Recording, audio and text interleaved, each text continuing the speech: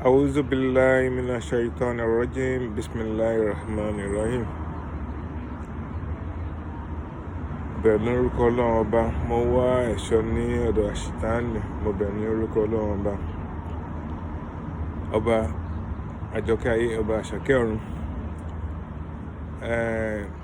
I welcome everybody to today's series.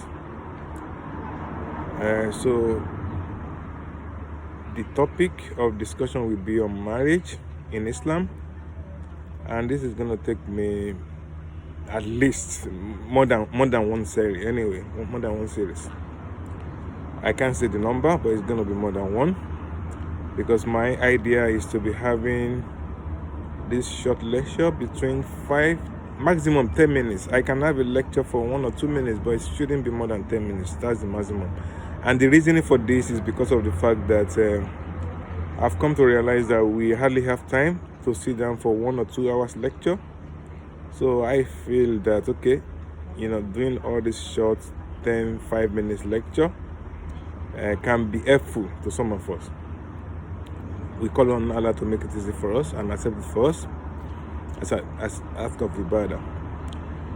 I will also encourage us to please share this message, share this video to your contact as much as you could do. So I'm going to go into marriage, and I'm not going to waste much of our time. I want this to be maybe between 5 to 10 minutes. If it can be less than 10 minutes, I'll be very happy. But it's going to be a continuing one until I'm able to finish that, inshallah. So basically, in the Quran, Surah An-Nisa, Allah says, marry 2, marry 3, marry 4. But if you feel you cannot make justice between them, then settle for 1. That is the provision of marriage in the Quran. Allah enjoins us to marry. And in Islam, so marriage is incumbent on us. If you feel we can make justice, we can marry 2, we can marry 3, we can marry 4. But if you feel you cannot, then stick to 1. As a Muslim brother. And so what are the kind of people that we can marry, or what are the things that you look out for in marriage? You can look out for beauty, you can look out for influence, you can look out for wealth, you can look out for the family background of your potential spouse, and you can also look out for the deen. But the most important, the primary factor that you should consider is the deen. You have to be compatible deen-wise. That should be the primary consideration. It doesn't mean the other considerations are not important. For example, you look for beauty. I will advise you, if you want beauty, go for beauty. And the reason is this, because if you marry for sympathy, okay, he's not beautiful or she's not beautiful, I can manage her. My man, I will advise you, no, don't manage her. Because if after consummation of marriage and you see somebody that fits the feature, the characteristic you are looking for, that lady or that man in your house is going to be running through problem. So if you want beauty, stick to beauty. Don't marry for sympathy. Never ever marry for sympathy. Don't say, okay, yeah, she's not so beautiful, but I can manage her. My brother, don't manage her. Go for what you want.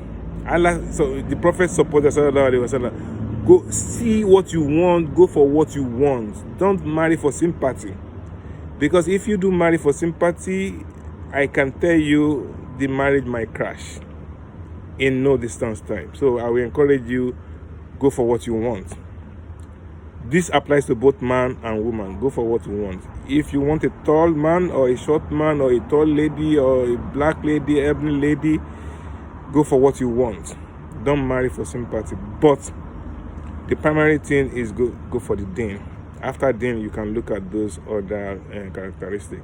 You can also marry for wealth. But invariably, if you are marrying a wealthy person, make sure that there are some standards she's been going through, she's been exposed to, If you cannot meet up with those standards, don't go for her, because that's precursor to marriage breakdown. For example, this lady, she's from a wealthy background, and you are just, a struggling person. By the way, the control will be lost. So I will encourage you to go for somebody within your social strata. So that will be what I'm going to encourage. Now, who are the people that should not marry, that should not even approach marriage? Okobo should not approach marriage. Okobo means somebody that cannot, either does not have male physical, male sexual, what's it called? The male sexual organ. He doesn't have it, or he has it, it's not functioning for him. That person in Islam should not approach marriage. Also, a lady that does not have female private parts, or she has a tight one that cannot be penetrated, should not approach marriage. In Islam, shouldn't approach marriage. If you're infertile, I know maybe infertility can be cured, but if the the purpose, like sometimes you can marry and the purpose is not to procreate, you already have children, so you just want to have a companionship, maybe okay, you can settle for that.